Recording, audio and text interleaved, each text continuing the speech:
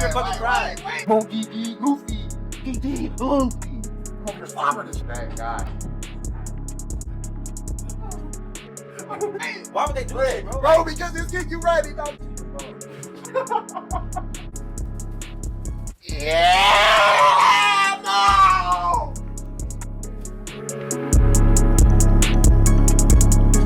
What's good, people? It's your boy T-Rav. I'm back with another video. Right now, we have the House of Gucci movie review. This was one of the, or at least for me, it was one of the most highly anticipated movies of the year. Stacked cast. We had Adam Driver. We had Al Pacino. We had Jared Leto. We had Jeremy Irons. I mean, Lady Gaga. Like, pound for pound, this cast, the main cast, fire all the way through.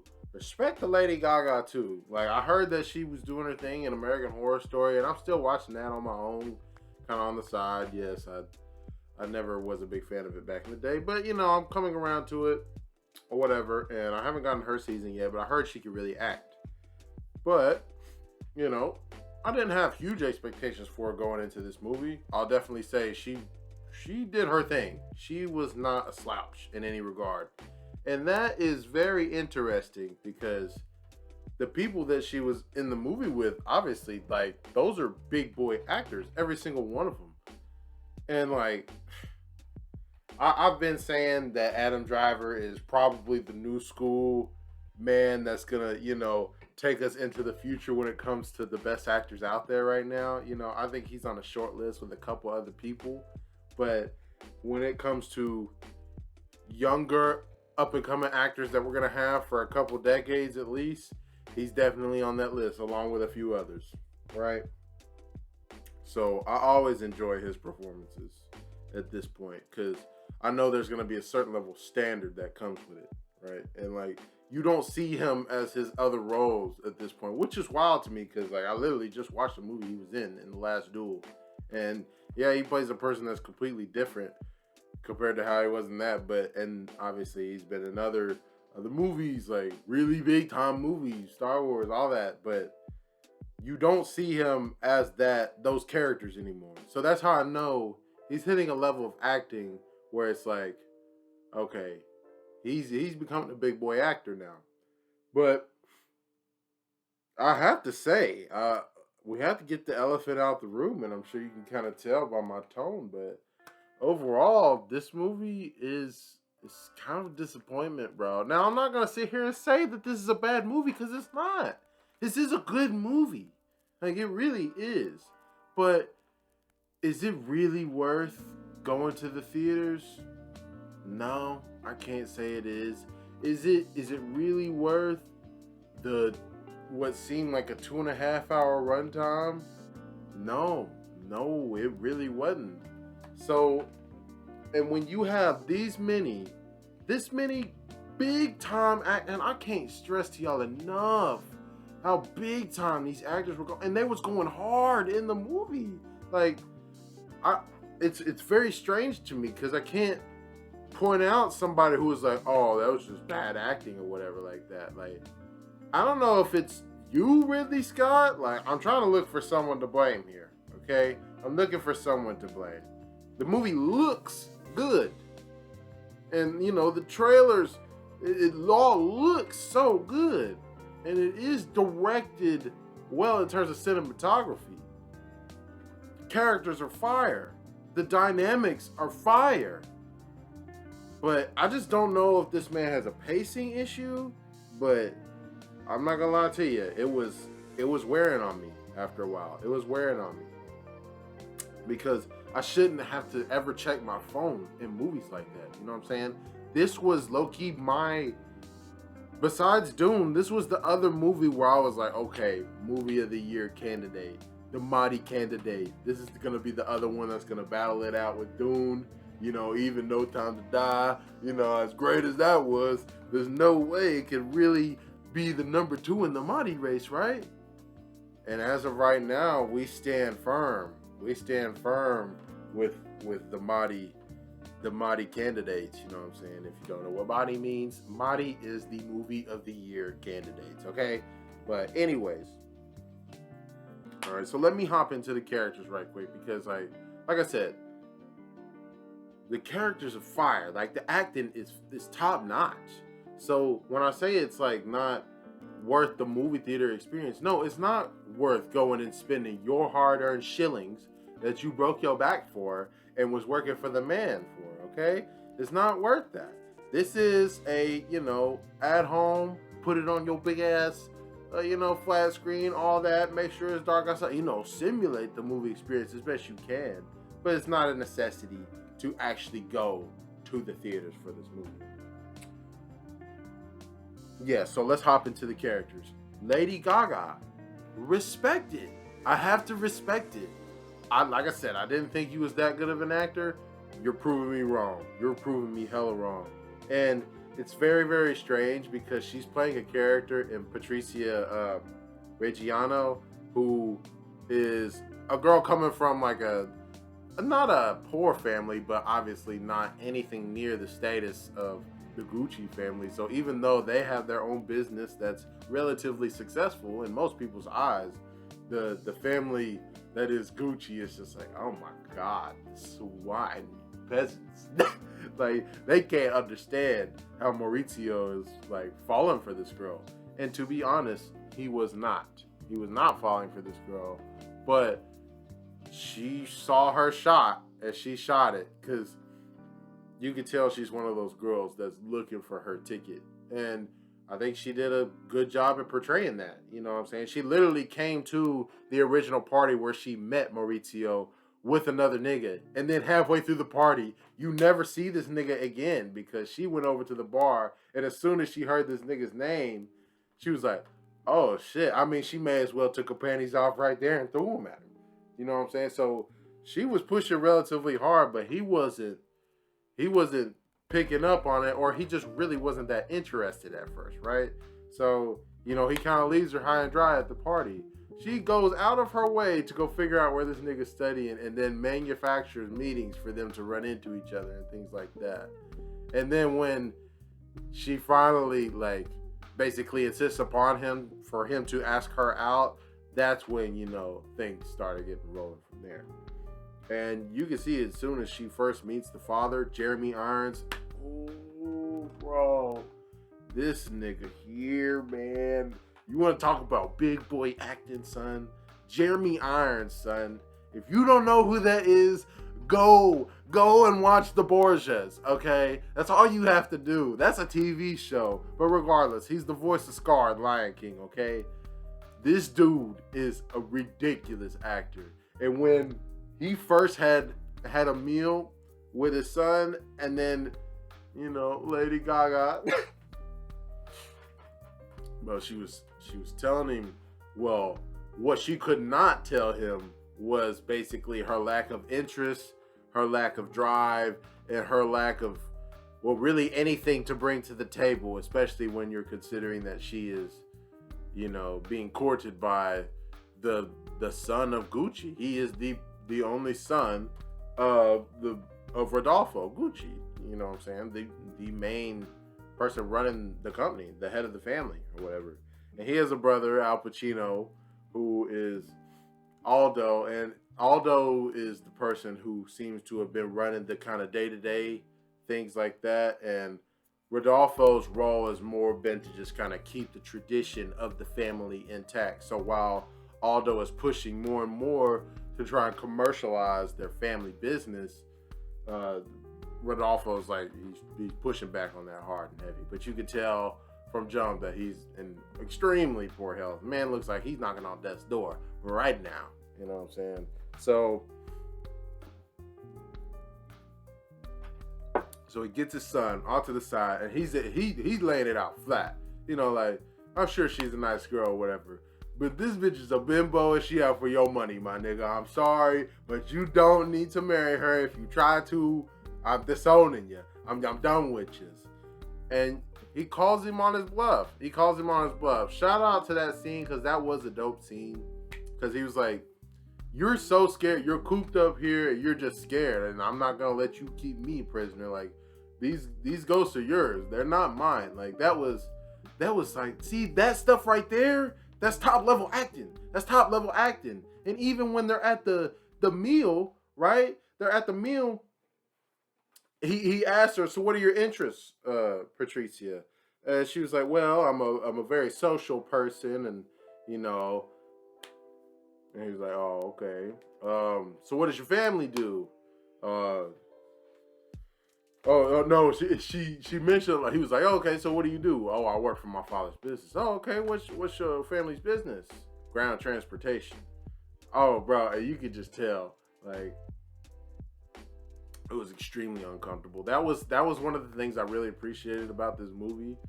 There were certain scenes where I really liked how uncomfortable it made you feel, because certain characters is just like undressing people, and like it's so embarrassed and it's like humiliating, but they want you to focus on that. They want you to see these people basically just being broken down to basically nothing. And it's pretty wild how they did that to multiple characters throughout the movie. And you'll see the evolution of that happening to some characters, flipping it all the way around by the end, where they're doing it to other people.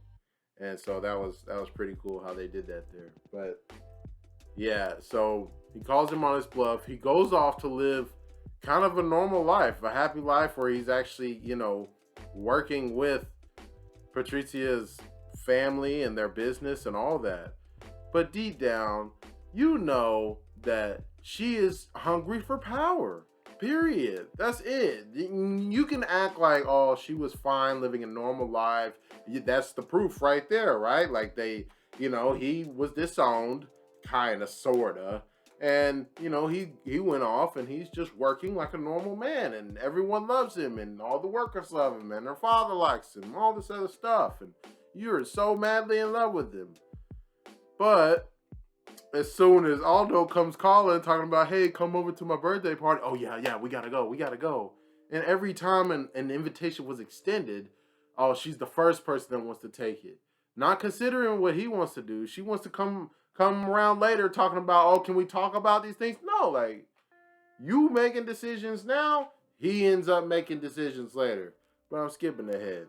See, that's what I'm saying. It's great characters, and it infuriates because you're watching this dude, Maurizio, who's obviously not similar to his family, really, in any way. All his family is some greasy-ass motherfuckers, as you would expect.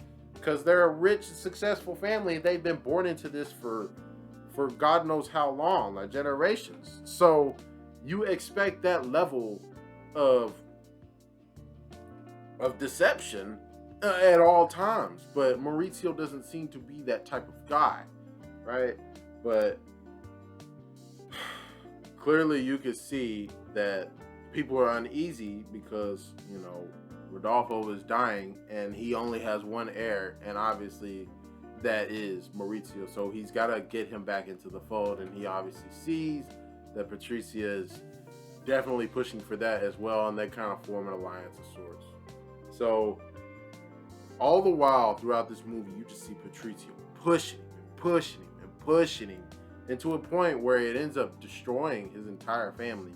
Now, the problem is why I can't blame all this on her is because, bro, you were seeing it. There were moments where you were seeing it. You were seeing how she was just started talking to people, and she started overextending herself. And you even asked her at some point, like, it was like halfway through the movie, you was like, what kind of game are you playing? And then she retorts with, the game of our best interest. Is that a game to you? And like, you think that, some would think that she was in the right the whole time, but you can tell what's happening. You know what I'm saying? She wants the legacy so bad. She wants everything. And it's crazy. It's crazy because this bitch, excuse me, all due respect, this fucking bitch is crazy, okay? Because she's calling some damn psychic teledoctor over here from fucking Mexico to help her fix her problems. Like, what the fuck is we talking about? What is we talking about? Like, I don't understand. Or it's Italian gypsy or whatever. I don't fucking know. But that shit's ridiculous. You calling this woman and she's giving you this snake oil salesman advice, and you've been maneuvering your way all through all of this. And now you've brainwashed yourself into thinking you untouchable and unstoppable and you deserve everything. Who in their fucking right mind thinks that all those things are true? I mean, my goodness, the kingdom of heaven opened up before you. May God bless you and many eternal gifts. Like, where the hell are you living? This is the real world. You made it. You made it to the family of Gucci. And you fucked it. You fucked it up. The problem is that they didn't address the first issue properly.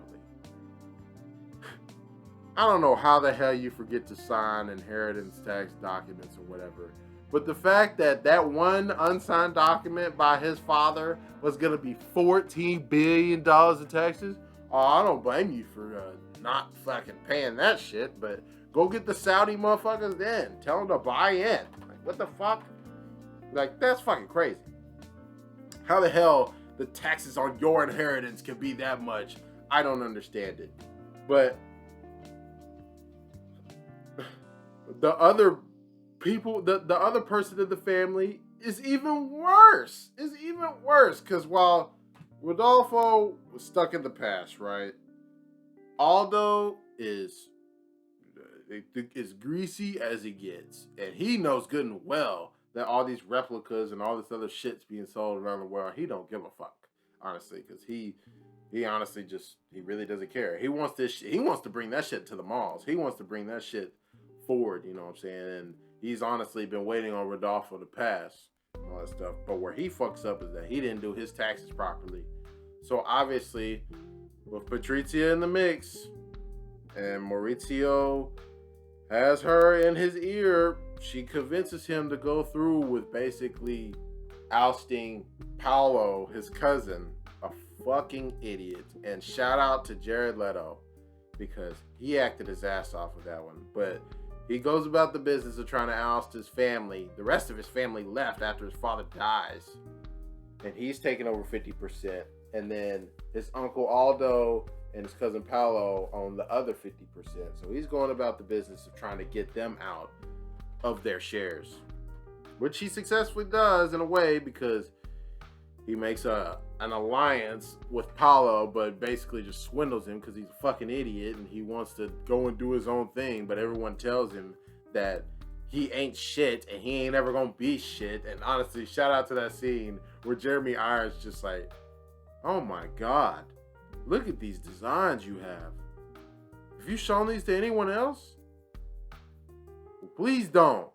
Don't you ever do that. You know, there's a difference between two types. Oh, bro, he just started going in on his. He's like, there's a difference between two types of people. There's one, it's the genius that don't even realize exactly how genius he is. And he doesn't even appreciate the works that he puts out until later on they go recognized by someone else. And then there's the incompetent fucking fool who shouts from the rooftops of how great he is, but is so blind to find out that he is the worst person in the room. Like, it was incredible how he just got in his face and he broke him down. He was like, I can't believe you of all people forced me to do this one thing I never thought I would do. Agree with my brother that you are a total fucking fool.